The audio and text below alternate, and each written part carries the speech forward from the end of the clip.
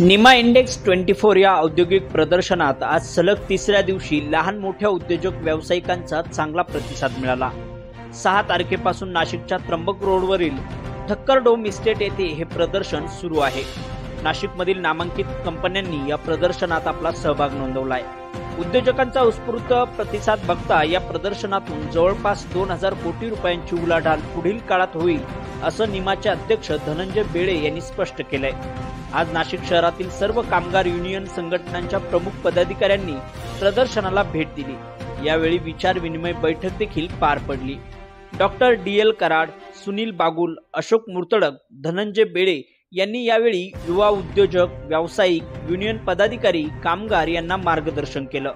पुढील काळात नाशिकमध्ये जास्तीत जास्त उद्योग आणण्यासाठी आणि नाशिकच्या विकासाला चालना देण्यासाठी सर्व कामगार संघटना आणि निमा आयमा औद्योगिक संस्था एकत्र मिळून काम करतील असं आश्वासन यावेळी सर्वच कामगार संघटनांच्या प्रमुख पदाधिकाऱ्यांनी दिलं। त्या वतीनं एक्झिबिशनच्या निमित्ताने नाशिकच्या औद्योगिक विकासामध्ये कामगार संघटना आणि मालक वर्ग यांनी कशा पद्धतीनं पुढे गेलं पाहिजे याच्यावर चर्चा झाली। खूप असा चांगला उपक्रम निमाने आयोजित केला होता। नाशिक जिल्ह्यातल्या सर्व मोठ्या कामगार संघटना याच्यामध्ये सहभागी होत्या आणि मालक वर्गांचे प्रतिनिधी त्याच्यामध्ये सहभागी होते।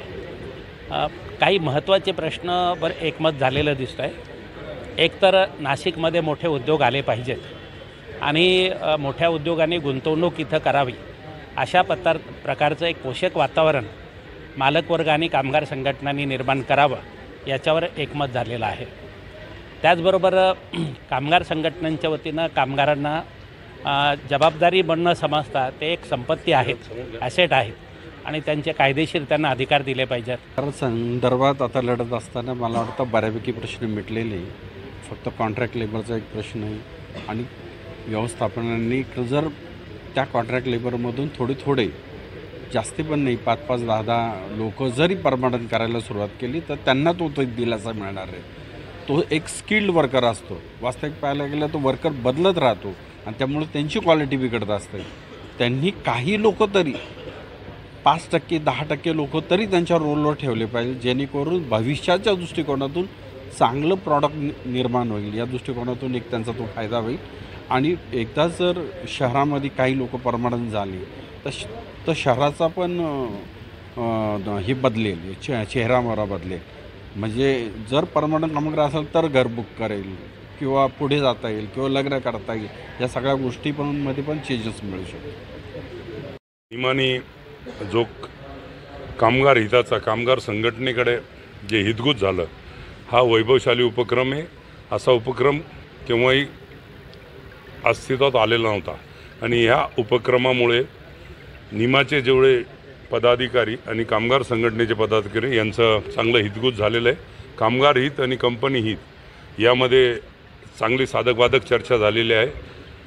असंच दरवर्षी निमाची जी काही पदाधिकारी येतील त्यांनी घडवावं, म्हणजे आपल्या शहराच्या विकासाला भर पडेल। महाराष्ट्रात जास्त उद्योग यावे ते उद्योग नाशिकमध्ये जास्त यावे अशी भर निमा करेल। आम्ही कामगार संघटना बी त्याला मदत करू, म्हणून हा उपक्रम अत्यंत सुंदर, वैभवशाली आणि अभिनव उपक्रम राबविला गेला। या उपक्रमाला माझ्या शुभेच्छा। नक्कीच प्रदर्शनाला नाशिकमधल्या सर्वच उद्योजक व्यावसायिकांनी भेट दिलेली आहे आणि त्यामध्ये नाशिकच्या येणाऱ्या काळामध्ये प्रत्येक छोट्या, मध्यम आणि मोठ्या उद्योगांचा समन्वय साधून व्यवसाय वाढेल, वृद्धिंगत होईल। त्याबरोबर बेरोजगारीसुद्धा यामधून मोठ्या प्रमाणात कमी होण्यामध्ये चालना मिळणार आहे आणि येणाऱ्या कालावधीमध्ये सुमारे 2000 कोटीची उलाढाल याच्यातून झालेली आपल्याला दिसेल। आणि आज निमाने त्याचाच पुढचा टप्पा म्हणून कामगार संघटनांचे सर्व प्रमुख आणि निमा असा जो एक संयुक्त उपक्रम घेतला की भविष्यातल्या गुंतवणुकीसाठी, नाशिकच्या औद्योगिक विकासासाठी त्यांचासुद्धा आपल्याला साथ असायला पाहिजे। बरोबरीने आपण हातात हात घालून जेव्हा काम करू, दोन्ही चाकं जेव्हा बरोबर फिरतील तेव्हाच हा विकास साधता येईल आणि त्यामध्ये सर्व कामगार संघटनांच्या प्रतिनिधींनी घेतलेली अत्यंत सकारात्मक भूमिका ही नाशिकच्या विकासाची नांदी म्हणून मला वाटतं ठरणार आहे आणि हा नाशिकच्या औद्योगिक विकासासाठीचा गेम चेंजर दिवस म्हणून आजचा दिवस नोंदवला जाईल अशी माझी खात्री आहे। आणि येणाऱ्या काळामध्ये हा दोघांचा समन्वय, दोघांचा दबावगड, दोघांची समन्वयाची भूमिका ही नक्कीच नाशिकमधलं औद्योगिक वातावरण शांततापूर्ण ठेवण्याकरता एक ऐतिहासिक पाऊल ठरेल अशी माझी खात्री आहे.